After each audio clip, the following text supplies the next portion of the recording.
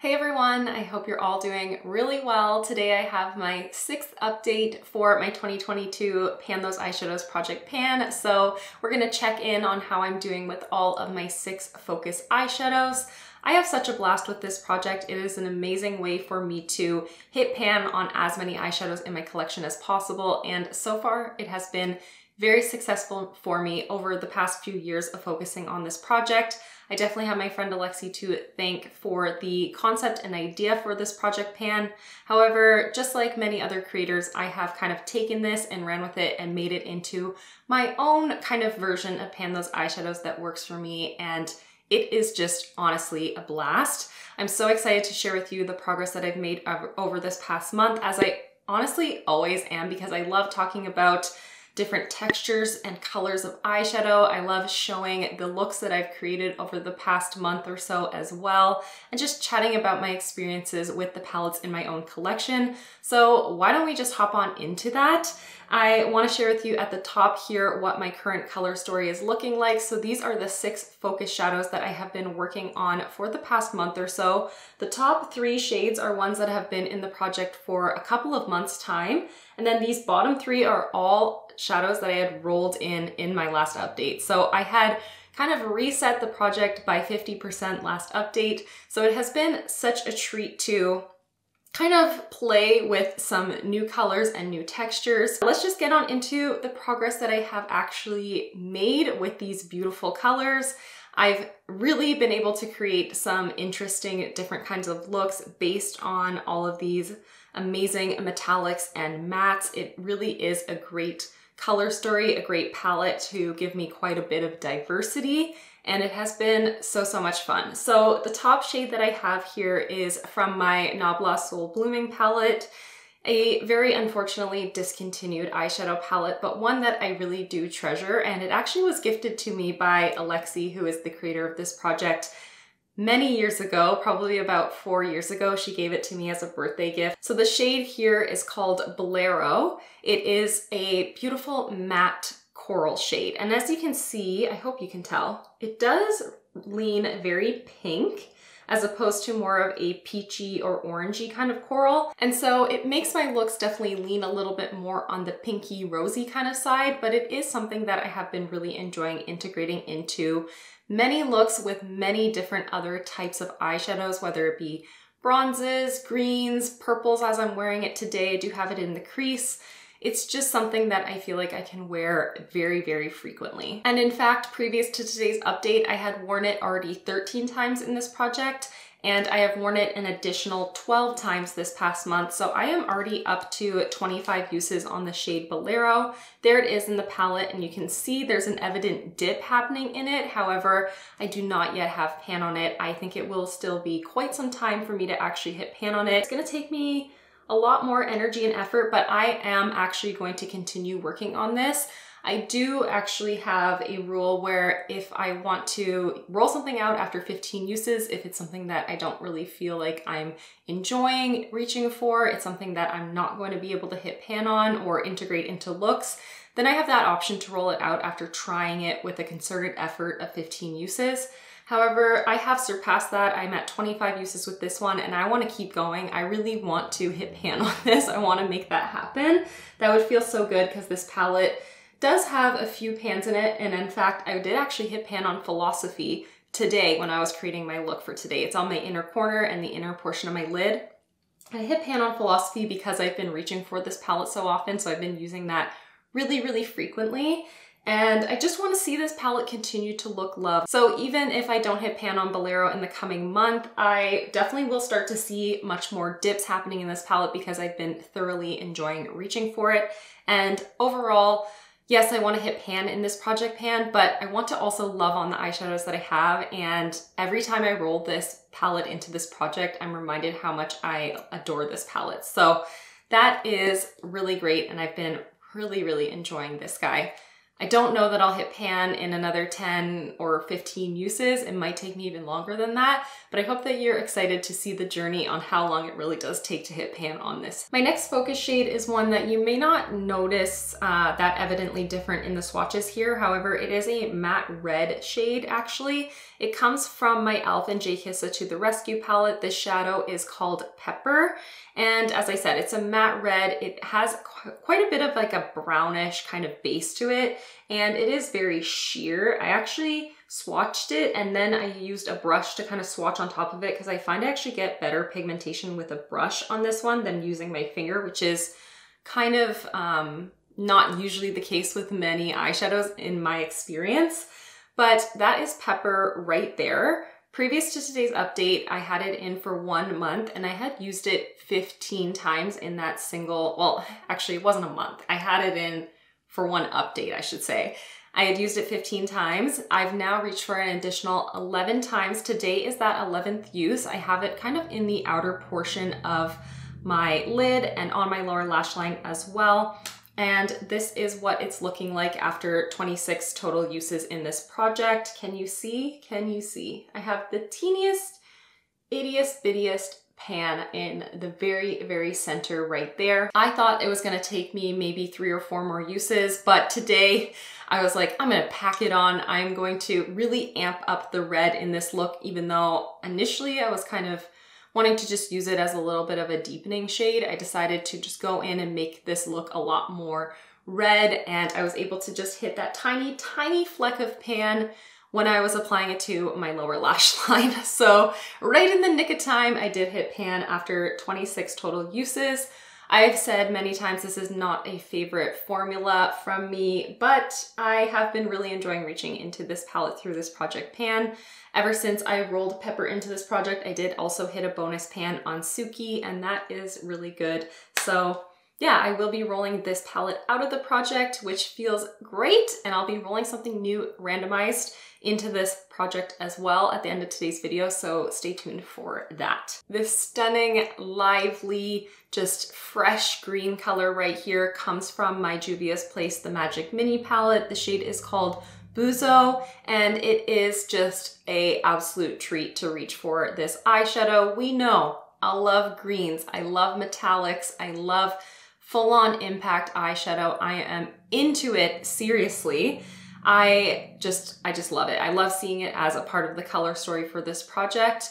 But I gotta say, my usage on it doesn't necessarily reflect how much I think I love it, because previously I had only used it a total of 5 times in this project, and this past month I've only reached for it 3 more times. So that's 8 uses. It's just something that I can't use on an everyday basis. I can't integrate it into a variety of looks like I was able to do with both of these mattes right above it. There's obviously usage happening on it now, and when I have been reaching for it, I do use it in quite a vast amount of product as well, because I'll go like all over the lid. Sometimes I will put that kind of golden shade that's underneath of it in the swatches here on top to kind of tone it down and make it just more of this limey kind of color. And it's just been a really fun item to have in the mix, even though it isn't an everyday shadow. So I think with this one, I mean, I'm only halfway to my usage goal, but I'm thinking just based on where I'm at right now, I am going to use this that 15 times in the project, and then I'll end up rolling it out if I don't hit pan on it by then. But you can see I've actually been able to make some substantial progress on it, and I'm very happy with the way it's looking. Now I do have hard pan on it, and I said that in my last update, and hard pan is something that you can see there's like a different texture happening in the pan. The eyeshadow doesn't look quite as like uniformly smooth. You can actually see the section where it's bouncing the light in a different way. And when I touch it, it does actually feel a little bit different as well. It's not as smooth, it doesn't pick up as easily on the fingers. And that happens from the moisture in your fingers. If you're applying it using a finger, which I oftentimes do. Hard pan can also happen from kind of dipping back into the shadow after putting down maybe like an eyeshadow primer or glitter glue, so it interacts with the moisture in the products that you're kind of accidentally mixing into the shadow. or it can happen from actually just using something like a setting spray to intensify the eyeshadows, which is something that I often do as well. And that's why I have gotten hard pan on it. I want to actually do a short, and I'll share it on my YouTube as well as over on Instagram, of how to remove the hard pan in case you are experiencing this yourself. It's super easy though. You can use like a spoolie, like a mascara spoolie, to kind of just take it off, or you can use tape to actually just stick on to the surface of the eyeshadow and peel it off, and then the hard pan disappears. But yeah, I will film a short in case you're curious how to remove hard pan for yourself, because that was something that I got a couple questions about in my last update for this project as well. And after that tangent, this will be in the project for a couple more months time, and I'm okay with that. I have been really enjoying this color and I like having it as a part of my focus shades, but yeah, I think that this will be one that I just implement my usage goal on. And then moving right along to the shade that I've kind of spoken a little bit about already. This is from my Oma Beauty Black Magic Allure palette, and the shade is called Allure. It's the namesake of that beautiful palette. I rolled this in my last update of the project, as well as the other two shades you see here. So this has only been in the project for one single month, and I have reached for the shade Allure 6 times since I rolled into the project. I feel like that's pretty good for a month. Here's what it's looking like today. There is most definitely a dip, however, it's not that deep of a dip. It actually kind of takes over most of the surface of the eyeshadow because I really swirl my finger into this. It does have a very glittery kind of consistency to it. It's not the most refined metallic, and I don't think that that's a negative thing because it just bounces the light so amazingly on the eyes. And it creates a lot of dimension as well because this is a green and a gold with some bronze running through it. So it creates that dimension, but when I kind of just quickly tap into it and pat it onto my lid, I don't get the pigmentation that I want. And I think swirling my finger through the pan actually helps to kind of meld the tones together and to also apply much more evenly and much more pigmented on my lids. Anyways, so the dip is not like a little pinpoint kind of dip, it's more all over the pan, but I'm feeling really happy with the progress that I'm seeing on this, and honestly, I'm just enjoying reaching for this eyeshadow. And yes, I have been working on these green golds a heck of a lot in this project pan so far this year, but I have quite a few of them in my collection, and for good reason, because I really do enjoy using them. So Allure is one that I have just been absolutely enjoying pairing with all of the mattes that I have in the project at the moment, as well as that green and other eyeshadows from my collection as well. It's been a great shadow to integrate into a wide variety of looks for a little bit of that glam kind of factor because of the texture, but it still reads as pretty neutral as well. So thoroughly enjoying it. Going to keep working on it in the coming months. I think it will take me quite some time to hit pan on it, but I really do like it. So that is not a problem for me at all. And then the next shade I have here is from my Melt Cosmetics Gemini palette. This is such a stunning, dirty olive, army green kind of color. We know I like these kind of earthy, grungy tones. So this is one that I actually had selected for myself to bring into the project. I always randomize 5 of my focus eyeshadows, but then I get to pick in one that I think will complement the color story or something that I want to kind of bring some focus to. And I selected this one last update because I had a very sizable dip in it, and the shade is called Fire OG. And I was definitely right that I was very close to hitting pan on it because I did actually manage to hit pan after only 3 uses in this past month. So it really did not take me that much effort. I have now used it 4 times since I rolled it into the project. But yeah, there is a little bit of pan there. I kind of wish that I had reached for it more this past month, even though I hit pan on it so soon. I kind of wish that I had used it more, but this is the kind of shade that in the fall time and winter time, I'm going to be using a heck of a lot, most definitely.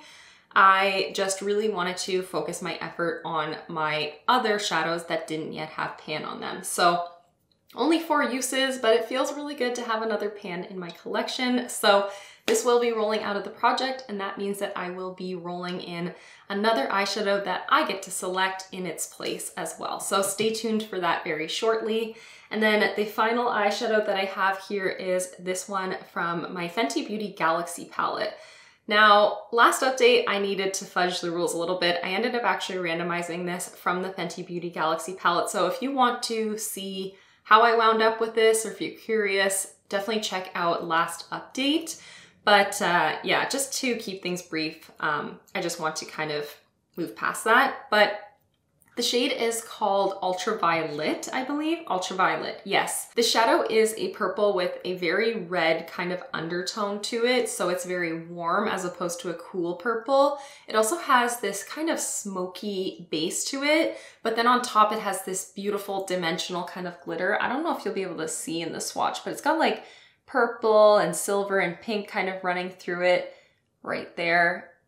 It really is quite a stunner. It is definitely something that is very unique. This palette altogether just really has some very special and unique textures to it. I've only reached for it 5 times since I rolled it into the project pan though. It's not a shadow that I've been able to kind of make a part of my everyday routine because it is very metallic, it is very deep as well, but I am happy that I reached for it 5 times since I rolled it into the project pan. So that does feel really good. And here is what it's looking like today. I don't know if you can see, but there is most definitely some hard pan happening in this eyeshadow as well. Today I used a setting spray to really amp up the pigmentation of it and to try to prevent some fallout. However, I did end up getting quite a bit of fallout from it anyways. And so you can see there is quite a bit of hard pan in there. But it does look like it's being used as opposed to my previous focus shadow, which was this one right here, Extraterrestrial. So I'm happy that I decided to roll Ultraviolet in the place of Extraterrestrial, and I think that I'm going to be just hoping to reach my usage goal with this one because although it's really pretty and it's kind of fun, it isn't the kind of shadow that I've been able to make work as an everyday shadow. However, if you have any kind of suggestions for me, like ways that I could integrate it into a variety of looks, let me know. I think the only way would really be as a liner, and I just haven't been bothered with using eyeshadow as liner lately just to expedite my makeup process in the morning. And that one does have quite a bit of fallout too. So I don't know. Let me know your thoughts. What do you think? But that is all 6 of my current focus shadows. So we're gonna roll in 1 randomized eyeshadow to replace Pepper and 1 shadow that I'm going to select to replace Fire OG. So let's just do that right now. Okay, so I removed all my swatches and re-swatched just the items that are going to be staying in this project. And I gotta say, I freaking love the way that these 4 shades look together. I think in order to kind of make this color palette a little bit more cohesive, some more neutral shades would be beneficial, so neutral metallics or preferably mattes, but the randomizer will ultimately decide what is going to come into this project pan. So I have the Tiny Decisions app here. I have it populated with all of my eligible eyeshadows, meaning every single eyeshadow in my collection that does not have pan on it is in here. So let's just do it. Let's just randomize that replacement for Pepper together here. What I selected is Colourpop Prowlin. That is a single, so I'll be right back and grab that and share with you what that shade is.